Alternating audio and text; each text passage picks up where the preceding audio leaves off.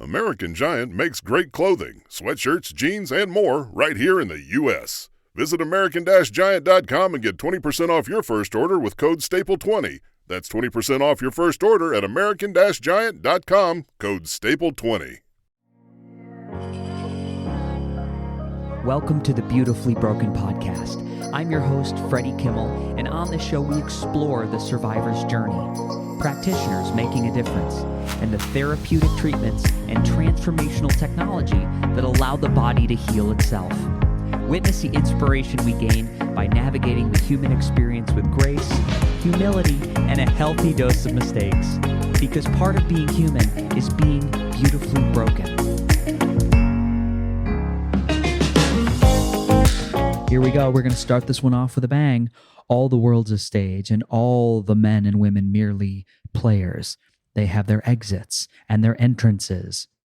This Shakespearean quote rings true. It resonates with me, even more as time passes. I think when I talk about health, if we can think about this theatrical modeling to life, or the ability of great storytelling to mirror life, I would also intuit we can use and apply the first rule of improvisation to our life. And that is bringing the yes and energy to your daily operational manual. Yes and energy, or yes and thinking, it's a rule of thumb in improvisation, specifically improvisational comedy, that suggests that a participant should accept what another participant has stated, yes, and then expand on that line of thinking. It's also used in businesses and organizations as a principle that improves the effectiveness of brainstorming. It fosters effective communication. It encourages free sharing of ideas, active listening without pulling out or blanketing the creative spark. This popular quote, the yes and, it keeps the story going. It builds an epic plot. It's powerful. It creates hope and an endless realm of possibilities. Endless. And I want to bring this tip, this energetic tool, which I have gained so much ground working with my medical professionals. I want to share it. Even though it's not trained in functional medicine, because let's face it, sometimes you're with a gastroenterologist who knows his area of expertise. And that is what he's studied. And that is what he's trained in, the gut. Now, you cannot fault the man for not knowing the role of black mold interrupting the electron transport chain, or its hydrophilic nature to cross the blood-brain barrier, which will slow transit times of food and allow for co-infections in the biliary tract, and also very possibly be a cofactor in your bleeding, colon, and depression. And the list goes on, right? So our segmented model for healthcare is often a symptom management. Let's be real. In truth, and there's no judgment, it's more or less disease management. Seldom does a doctor, I guess I'd say 99%, for you, are they going to do an hour-long systems approach analysis of lifestyle, environmental cofactors, your mental, emotional well-being to health to bring you back into balance. And so you can be mad as hell and you can be angry. I think I would spend some time there. And you can spend lots of time hating the game, or we can use the 5-minute rule. You can use your 5 minute to pound on the ground and demand a different life. And then you can be solution-based and, in my experience, immediately find movement and improvement and a reduction in symptoms based on what you already have going for you. So when I bring yes and to my medical doctor's office, it's shocking how the power dynamic can shift. I think one of the most frustrating reflex responses to someone when they're challenged, when people automatically launch into this story of telling me why it's hard, why it's too expensive, why those who have failed before, or it might not be legitimate, blah, blah, blah, blah, blah, blah, blah, blah, blah. I know this is going to be challenging. I personally don't feel I came to the planet for 100 years of ease. Freddie, there's no cure for this. Incurable just means you don't know how to cure it. I wish more leaders in the medical space and the wellness space own the power of saying, I don't know. As a wise friend of mine once said to a specialist struggling with a very difficult diagnosis, so you don't know what caused this? He answered no. And the patient replied, so how do you know there's no cure for it then? It's basic two-dimensional physics, which tells us something can go one way, it can go the other.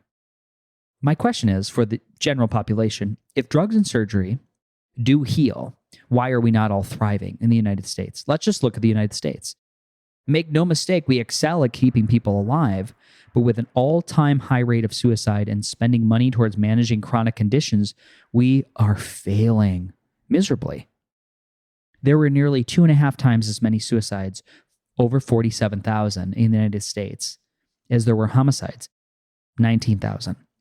As per NIH statistics, double the amount of people killing themselves as were being killed.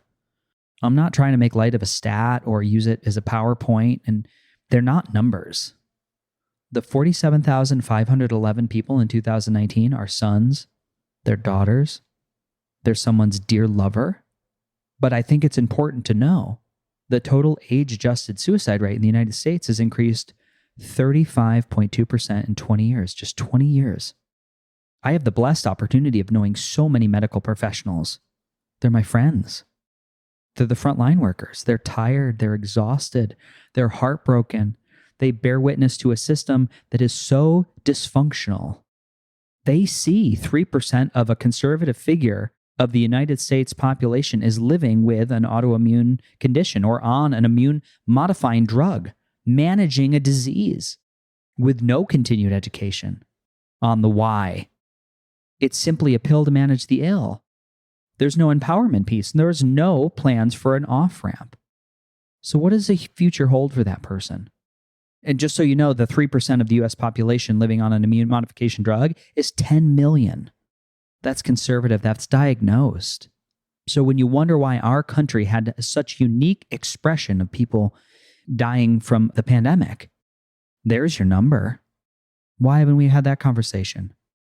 Managing a bleeding colon with medication to shut down the immune system in the middle of a pandemic, to me, seems criminal.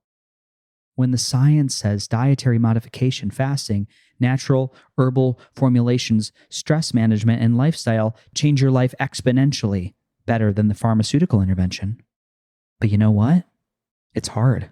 It's really hard. It takes mental, emotional, and financial investment.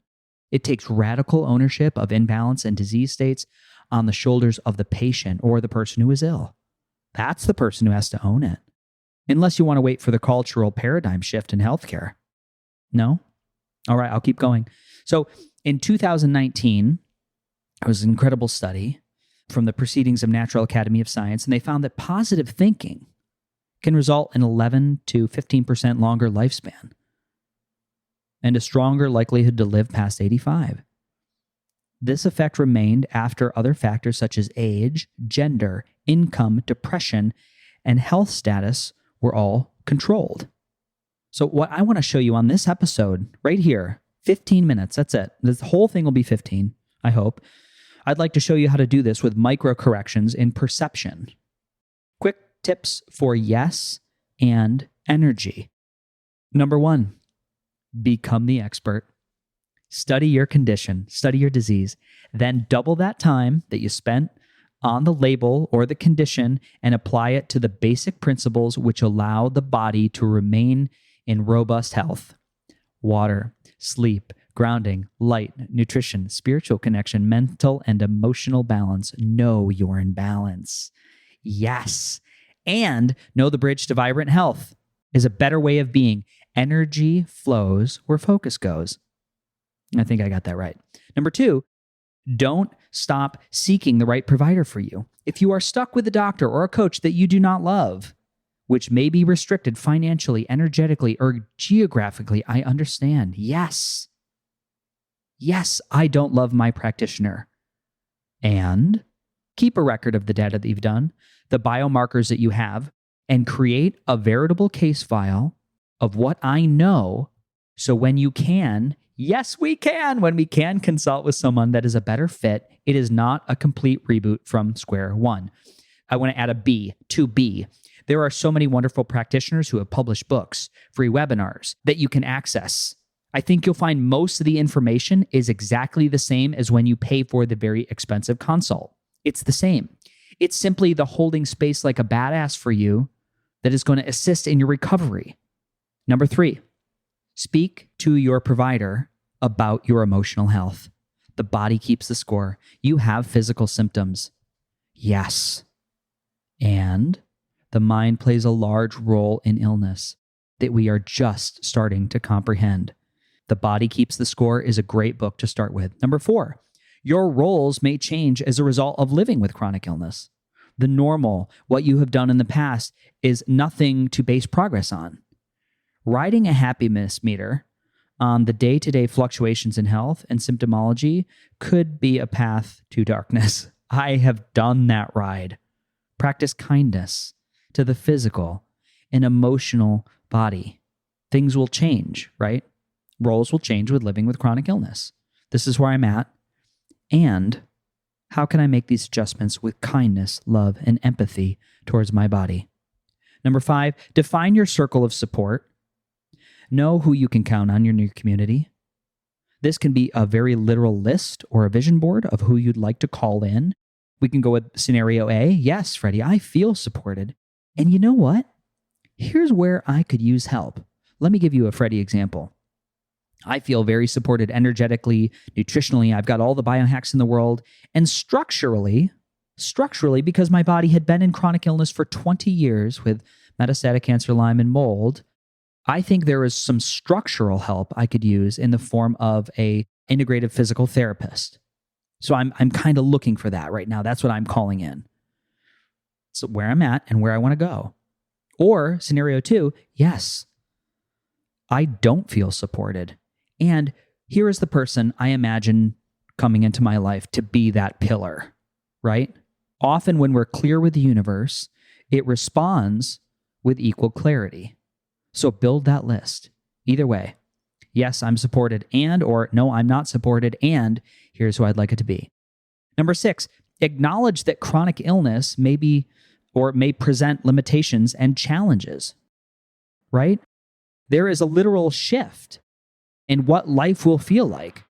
And part of that shift could be a downregulation in energy. It could be less travel. It could be less physical activity.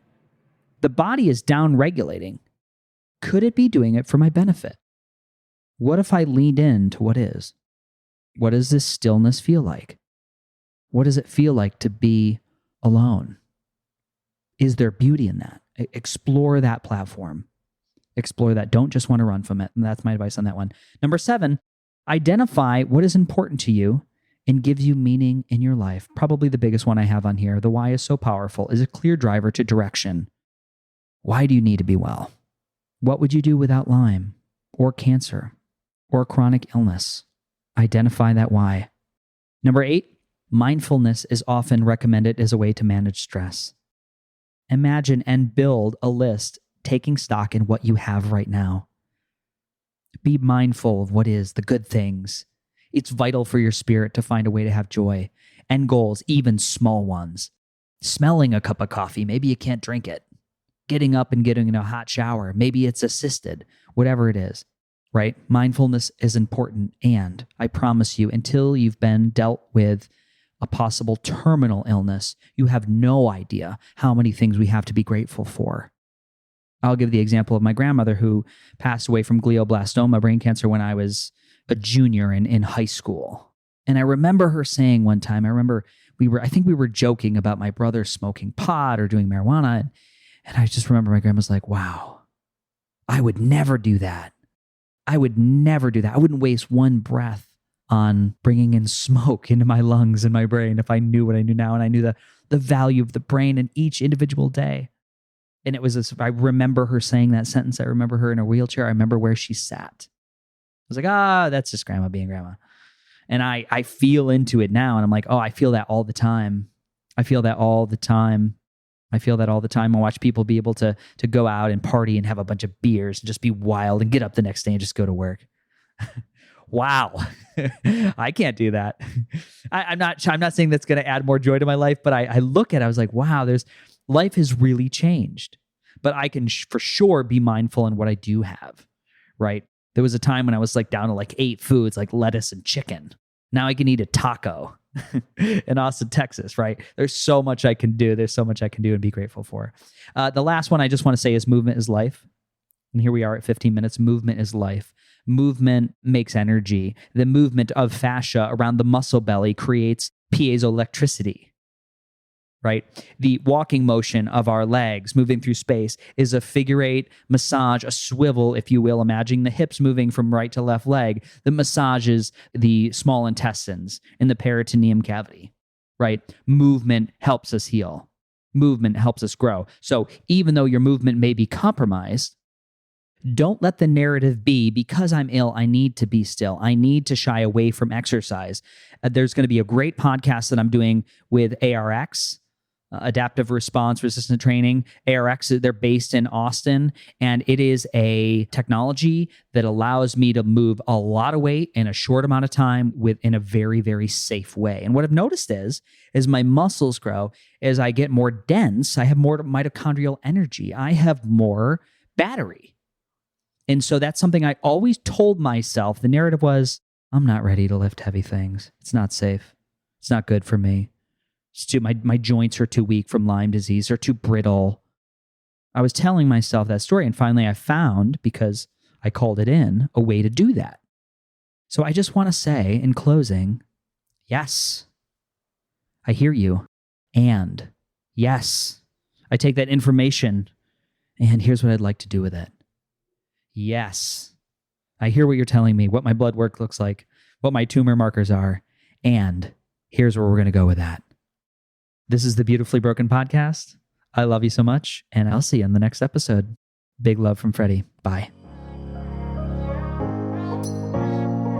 My friends, you made it to the end of the podcast. Can you believe this is season 4? Wait, don't turn it off yet. Before you go, I have something very important I need to say. There are 2 ways in which we can build this relationship that we've been working on. The first one is to join me on my membership program at buymeacoffee.com/FreddieSetGo. You get early access to all the podcasts, bonus episodes, discounted coaching, and free webinars with thought leaders in the wellness and technology industry. The second way to support this guy right here is to go to FreddieSetGo.com and download the Beautifully Broken Buyer's Guide.